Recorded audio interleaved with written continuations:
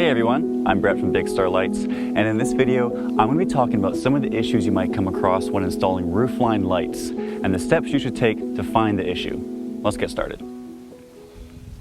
The first thing you want to do is educate yourself whether your lights are working in series or parallel.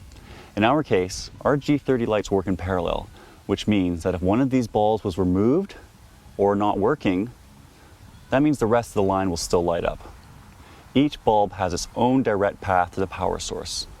If our bulbs were working in series, removing one of them would cause the power source to be severed, effectively disconnecting all the bulbs. So let's set the scene here. Let's say I've just installed my lights and I plug them in, and none of the lights are turning on. No bulbs are emitting light. I always start at the beginning. Am I getting power? Is the outlet I'm plugging into actually working? To test this, there are a couple ways you can do it. You can use a multimeter or a clamp meter, but something a little simpler is I've made a device that I know works. I've made a really small light that I've tested at my shop before coming out here, and I know it works. All I do is plug it into the outlet, and there you go. We are getting power. So now the next step is to continue down your line, checking each connection with your device or clamp meter.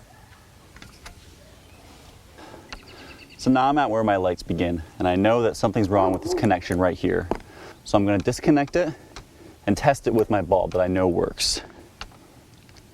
So this connection works, which means that my issue is at the zip plug right here.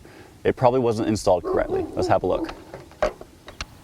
And sure enough, this is where my issue is. The prongs had actually folded over and weren't biting into the wire. This can happen if you're reusing plugs over and over again. You can either bend the prongs back or just use a brand new plug.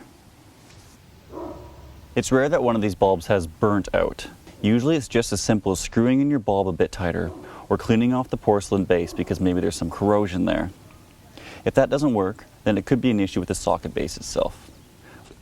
The sockets work much like the zip plugs, where there are prongs in there that have to bite into the wire. They could become dislodged if the line is quite old or if you're stapling it to a hard surface. If that's the case, then you'll have to replace the socket. I hope this video gave you some guidance to troubleshoot your roofline lights. If you have any more questions at all, please comment below. Like and subscribe, and I'll see you next time.